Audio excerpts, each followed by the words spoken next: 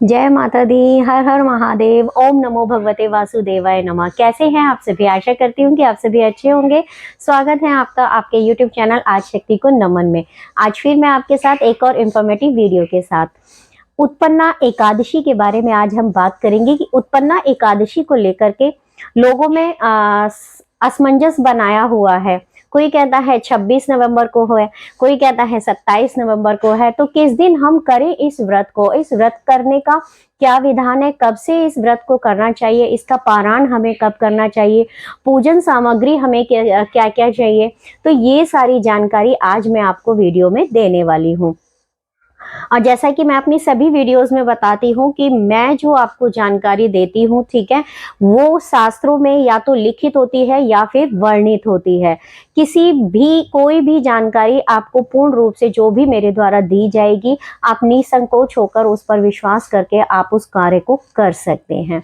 तो जय माता दी। हर हर महादेव। ओम नमो भगवते वासुदेवाय नमः। चलते हैं वीडियो की तरफ। तो जैसा कि आप सभी को पता है कि मार्गशीर्ष महीना हमारा चल रहा है। कार्तिक मास की देव उठावनी एकादशी से हमारे जितने भी शुभ कार्य हैं वो शुरू हो गए हैं। तो अब उत्पन्ना एकादशी हमारी आने वाली है। तो ये कब है ये भी मैं बताऊंगी आपको। सबसे पहले हम जान लेते हैं कि उत्पन्ना एकादशी किसे कहा जाता है और इसे उत्पन्ना एकादशी क्यों कहते हैं। तो मार्गशीर्ष की कृष्ण पक्ष की जो एकादशी तिथि होती है वो उत्पन्ना एकादशी के नाम से जानी जाती है। और कहा जाता है कि इसी दिन एकादशी माता का जो जन्म है वो भगवान विष्णु के शरीर से हुआ था, इसीलिए इसे उत्पन्ना एकादशी कहा जाता है। और कहते हैं कि जिस तरह सब्जियों में जो सब्जियों का राजा होता है वो क्या होता है, हमारा आलू होता है, और फलों का जो राजा होता है वो क्या होता है, आम होता है। तो ऐसे ही सभी व्रतों में मुख्य जो व्रत है, जो राजा जिसे कहा जाता है, वो हमारा एकादशी का व्रत है। कहते हैं इस एकादशी को व्रत को करने से सभी दुखों का नाश होता है, रोगों का नाश होता है, सुख समृद्धि आपके घर में आती है, खुशहाली का माहौल होता है। ओवरऑल मैं यहाँ पर कहूँ तो भगवान श्री हरि जगत के पालनहार की जो कृपा है आपके ऊपर वो हमेशा बनी रहती है। क्यों? क्योंकि उनके साथ खुद माता लक्ष्मी जो है स्थायी वास करती हैं। तो इसीलिए इस व्रत का जो एकादशी व्रत का जो महात्मा है वो बहुत ही मतलब पूर्ण फल देने वाला और शब्द नहीं है मेरे पास। तो एकादशी के व्रत को हमें कब करना चाहिए, इसके कुछ नियम होते हैं। एकादशी का व्रत हमारा 10वीं तिथि में ही प्रारंभ हो जाता है। 10वीं तिथि को ही सूर्योदय होने से, 10वीं तिथि को सूर्य उदय हुआ और सूर्य अस्त होने तक, ठीक है, सूर्य अस्त होने से पहले हमें 10वीं तिथि को भोजन कर लेना चाहिए। ऐसा क्यों कहा गया है? ऐसा इसलिए कहा गया है कि एकादशी का जो व्रत लोग करते हैं, जो भक्तजन भगवान श्री हरि के नाम का जप तप व्रत आदि करते हैं, उनको 10वीं तिथि को जो है सूर्य अस्त होने से पहले भोजन कर लेना चाहिए। उनके शरीर में, उनके मुख में अन्न का एक कण भी नहीं रहना चाहिए। इसलिए सूर्य उदय के बाद उनको भोजन करना जो है 10वीं तिथि को वर्जित बताया गया है। खास तौर से आपको 10वीं तिथि से ही चावल का त्याग कर देना चाहिए, क्योंकि समस्त पूरे ब्रह्मांड के जितने भी पाप गुण होते हैं ना, जितने भी दोष होते हैं, वो एकादशी तिथि के दिन जो है चावल के अंदर समा जाते हैं। इसीलिए चावल का उपयोग जो है 10वीं तिथि से ही हमें बंद कर देना चाहिए। और एकादशी का व्रत जब आप कर रहे हैं तो रात्रि के समय, 10वीं तिथि को रात्रि के समय आपको नीम की दातून करके 12 बार कुल्ला करके आपको सोना है। अगले दिन आपको ब्रह्म मुहूर्त में उठना है, सूर्य उदय से पहले आपको उठना है। स्नान आदि से निवृत्त होकर के आपको आपके घर में जो लड्डू गोपाल हैं उनकी सेवा, या फिर विष्णु भगवान की कोई प्रतिमा है तो उनकी पूजा अर्चना आपको करनी है। ध्यान रखना है कि एकादशी तिथि के दिन आपको तुलसी माता में जल नहीं देना है, सर नहीं धोना है आपको, अर्थात बाल नहीं धोने हैं आपको, साबुन का प्रयोग नहीं करना है आपको। दूसरा, तुलसी दल आपको नहीं तोड़ने हैं इस दिन। एकादशी तिथि के दिन आप पूजा अर्चना व्रत बंधन अगर कर रहे हैं तो किसी भी पौधे को आपको चोट नहीं पहुंचानी है। इन नियमों का पालन करते हुए आपको एकादशी व्रत को प्रारंभ करना है। स्नान आदि से आप निवृत्त हो गए, आपने पूजा पाठ की तैयारी कर ली, तो सबसे पहले मैं बता दूं कि एकादशी के दिन भगवान विष्णु की पूजा अगर आप कर रहे हैं तो आप अक्षत का इस्तेमाल नहीं करेंगे, उसकी जगह आपको सफेद तिल का इस्तेमाल करना है। क्यों? क्योंकि आप व्रत रख रहे हैं तो अक्षत को स्पर्श करना बहुत ही जो है लाखों करोड़ों पापों के बराबर बताया गया है। जैसा कि मैंने अभी बताया कि इस दिन जो है पूरे ब्रह्मांड के जितने भी दोष गुण पाप होते हैं ना, वो अक्षत में समा जाते हैं। तो आप भगवान विष्णु की अगर पूजा अर्चना कर रहे हैं, व्रत कर रहे हैं, तो अक्षत का इस्तेमाल आप नहीं करेंगे। आप रोली, हल्दी, चंदन, पुष्प और अक्षत की जगह आपको सफेद तिल का इस्तेमाल करना है और शुद्ध गंगाजल और पंचामृत, पंजीरी का प्रसाद और फल का भोग आपको लगाना है। ध्यान रखना है भगवान हरि को इस दिन सिर्फ फल का ही भोग लगाना है। इस तरीके से आपको करना है। स्नान आदि से निवृत्त होने के बाद आपको क्या करना है, आपके घर में लड्डू गोपाल हैं तो लड्डू गोपाल को आपको पंचामृत से स्नान कराना है। इस दिन जो है पंचामृत से लड्डू गोपाल को स्नान आदि आपको जरूर कराना है। पहले शुद्ध जल से, फिर गंगा शुद्ध जल से, फिर पंचामृत स्नान करा के, फिर शुद्ध जल से उनको स्नान करा के उनके अच्छे से श्रृंगार आदि करके आपको अपने मंदिर में उन्हें विराजमान कर देना है। अगर आपके पास लड्डू गोपाल नहीं है तो आप प्रतिमा को गंगा जल के छींटे दे करके स्नान भाव से उनको छींटे दे करके उनको अच्छे से नीट एंड क्लीन करके और उनको पीले रंग का कोई पीतांबर वस्त्र उनको अर्पित करना है। और आपके पास लड्डू गोपाल है तो उनको इस दिन आपको पीले वस्त्र ही पहनाने हैं और आपको खुद को भी पीले वस्त्र ही धारण करने हैं। तो इस तरीके से आपने सारी तैयारी कर ली। फिर आपको दीपक प्रज्वलित करना है। घी का दीपक आपको जलाना है भगवान श्री कृष्ण के समक्ष। तो जब हम कोई भी व्रत करते हैं तो सबसे पहले हमें संकल्प की आवश्यकता होती है। तो जब आप दीप प्रज्वलित कर लेते हैं तो शुद्धिकरण कीजिएगा, छींटे मारिएगा, छींटे करिएगा गंगा जल के शुद्ध छींटे दे करके और 5 बार या 3 बार आप अपने ऊपर भी छींटे दीजिएगा। उसके बाद आपको क्या करना है, आचमन करना है। आचमन करने के बाद आपको संकल्प करना है। संकल्प आप पुष्प से भी कर सकते हैं, तेल से भी कर सकते हैं आप, ठीक है, तिल से भी कर सकते हैं आप, सुपारी से भी कर सकते हैं। लेकिन हमारे शास्त्रों में और हमारे शास्त्रों में विधान बताया है कि आप जल से संकल्प ले सकते हैं। तो राइट हैंड में आपको जल लेना है, अंजलि में जल लेकर के, और आपको संकल्प लेना है कि हे विष्णु भगवान, मैं हेमलता शर्मा, आपका जो नाम है वो आपको लेना है, अपने गोत्र का नाम लेना है, अपने स्थान का नाम लेना है और फिर उसके बाद बोलना है कि मैं आपका व्रत जो है पूरे विधि विधान से जैसे भी मुझे आता है मैं करूंगी, फलाहार रहकर करूंगी या करूंगा, या फिर मैं एक समय भोजन करके आपका व्रत करूंगा या निर्जला व्रत करूंगा। इस तरीके का संकल्प लेकर के और आपको बोलना है कि मैं आपका ये व्रत आरंभ करने जा रहा हूं या जा रही हूं आज से, तो आप मुझे जो है शक्ति देना और अपना आशीर्वाद बनाए रखना और मेरे घर में आप स्थायी निवास करना। हे प्रभु, हे जगत के पालनहार, ऐसी कृपा मुझ पर बनाए रखना आप। तो इस तरीके का संकल्प लेकर के आपको उस जल को पृथ्वी पर छोड़ देना है। आपने पृथ्वी पर जल छोड़ दिया, इस तरीके से किया। फिर उसके बाद आपको प्रार्थना करनी है, ओम नमो भगवते वासुदेवाय नमः। हे प्रभु, मैंने आज से आपका व्रत प्रारंभ किया है और मैं आपकी पूजा अर्चना जो है मन क्रम वचन से कर रहा हूँ या कर रही हूँ, इसे आप स्वीकार करना।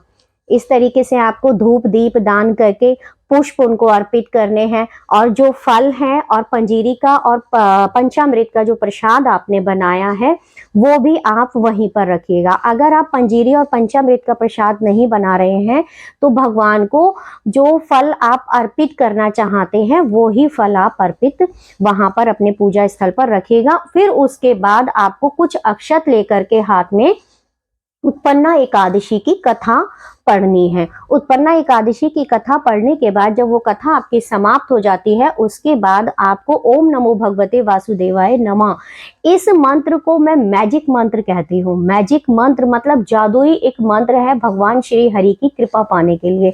तो कम से कम आपको जो है एक माला तो जरूर फेरनी है इस मंत्र की। आप व्रत रख रहे हैं तो एक माला आपको जरूर फेरनी है इस मंत्र की। उसके बाद आपको जो है आरती करनी है।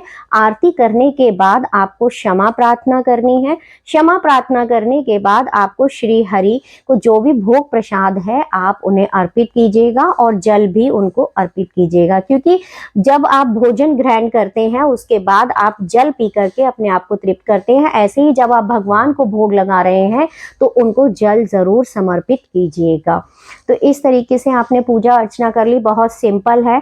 ठीक है, फिर उसके बाद आपको पहुंच जाना है अपनी तुलसी माता के पास। तो तुलसी माता के पास आपको रोली लेनी है, मोली लेनी है, धूप दीप लेना है।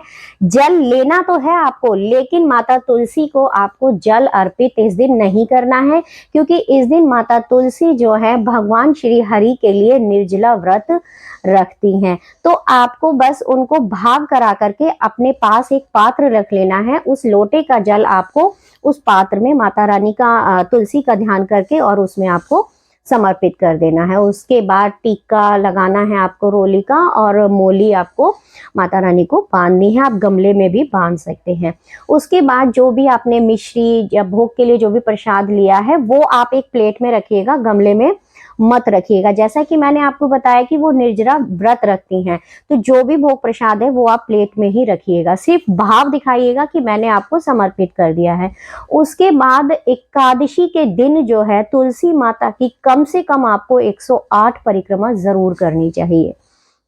तो 108 परिक्रमा तो आपको करनी चाहिए। अगर आप नहीं कर पा रहे हैं तो आपको 7, 11, 21, 51 जो भी आप करना चाहते हैं वो परिक्रमा आप तुलसी माता की जरूर कीजिएगा। और शाम के समय आपको तुलसी माता को दीपदान करना है।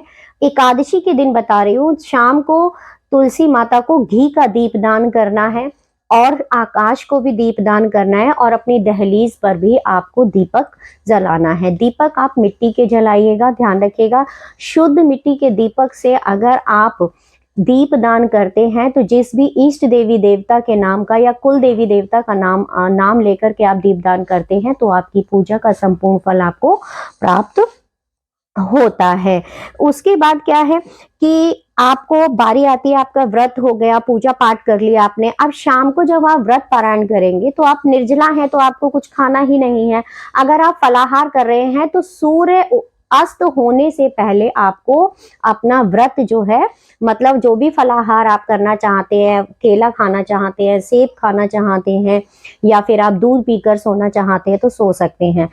ध्यान रखिएगा कि एकादशी के दिन में सोना वर्जित बताया गया है। इवन हमारे पद्म पुराण और अन्य ग्रंथ और शास्त्रों में यह भी कहा गया है कि एकादशी के दिन रात्रि के समय जो है भजन कीर्तन हमें करना चाहिए और हमें सोना नहीं चाहिए। तो अगर आप इस दिन सो रहे हैं तो जहां आपके लड्डू गोपाल रखे हैं, जहां आपकी मंदिर में विराजमान आपके और भी देवी देवताओं की मूर्ति है, वहां आप एक अखंड दीप जरूर जलाइएगा। वो सारी रात जलता रहे, फिर आप सो सकते हैं। आपको अखंड दीप जलाना है, वो आपका जो है साक्षी बनकर वो भगवान को समर्पित जलता रहेगा। ऐसा करके आप सो सकते हैं। दिन में आपको सोना वर्जित है। एकादशी व्रत में ही क्या, सभी जितने भी हमारे व्रत होते हैं, हमें किसी भी व्रत में दिन के समय नहीं सोना चाहिए। और एकादशी व्रत में आपको जमीन पर, मतलब पृथ्वी पर आपको शयन करना है अगर आप रात्रि के समय सो रहे हैं। दिन में तो सोना ही नहीं है। अगले दिन द्वादशी तिथि को आपका व्रत संपूर्ण हो गया, आपने रात्रि में फलाहार कर लिया। अगले दिन जब आप व्रत पारायण करेंगे तो वो कैसे करना है, तो व्रत पारायण करने से पहले मैं आपको बता दूं कि इस बार जो एकादशी है वो हमारी 26 नवंबर को उसका व्रत रखा जाएगा। सीकर राजस्थान खाटू श्याम के मंदिर में, वृंदावन में, और आपका उज्जैन महाकाल उज्जैन में भी, आपको उज्जैन मंदिर में भी जो एकादशी का व्रत है वो 26 नवंबर को किया जा रहा है। तो आप भी 26 नवंबर को एकादशी का, उत्पन्ना एकादशी का व्रत करिएगा। और 27 नवंबर को आपको व्रत पारायण करना है। 1:12 तक आपको व्रत पारायण करना है। अगले दिन द्वादशी तिथि है आपकी, तो सूर्य उदय के बाद, ध्यान रखिएगा, एकादशी का व्रत का जो व्रत पारायण होता है वो सूर्य उदय के बाद होता है।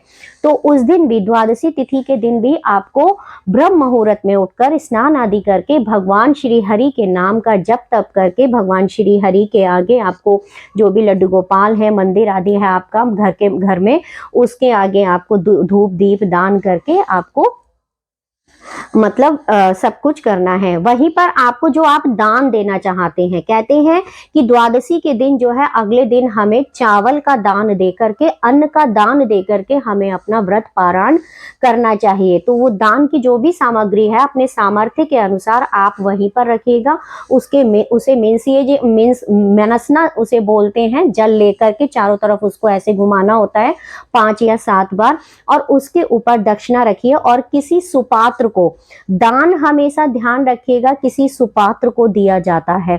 तो आप मंदिर में जाकर के पंडित पुरोहित जो होते हैं उनको आप दान दे करके आइए, दान दीजिएगा। और जो दक्षिणा है उनके हाथ में, दान जो भी है दक्षिणा हाथ में दे करके उनके चरण स्पर्श आपको करने हैं, चरण स्पर्श आपको करने हैं। फिर मंदिर से आकर के व्रत पारायण करने का बहुत बड़ा महत्व है इसमें।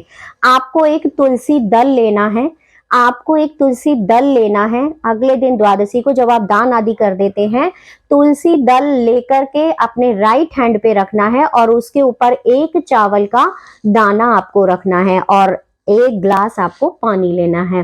तुलसी दल और चावल का दाना आपको अपने मुख में लेना है, उसे चबाना नहीं है, पानी के साथ उसे सटकना है, ठीक है, निगलना है उसे। तो इस तरीके से आपको अगले दिन द्वादशी को चावल और तुलसी दल जो है मतलब खा करके अपना व्रत पारायण करना है। उसके बाद आपको जो भी भोजन, जो भी सात्विक भोजन आपके घर में बना हो उसे ग्रहण करके आप अपना व्रत पारायण कीजिएगा। तो इसके बाद आपको व्रत पारायण आपने कर लिया, सात्विक भोजन करना है। द्वादशी तिथि को भी आपको सात्विक भोजन करना है और 10वीं तिथि से ही आपको सात्विक भोजन आपको करना है। तो इस तरीके से आप श्री हरि की कृपा प्राप्त कर सकते हैं।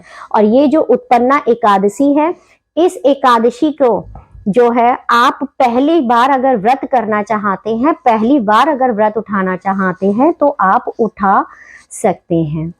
जय माता दी, हर हर महादेव। जानकारी अगर आपको अच्छी लगी हो तो वीडियो को शेयर कीजिएगा, चैनल को सब्सक्राइब कीजिएगा।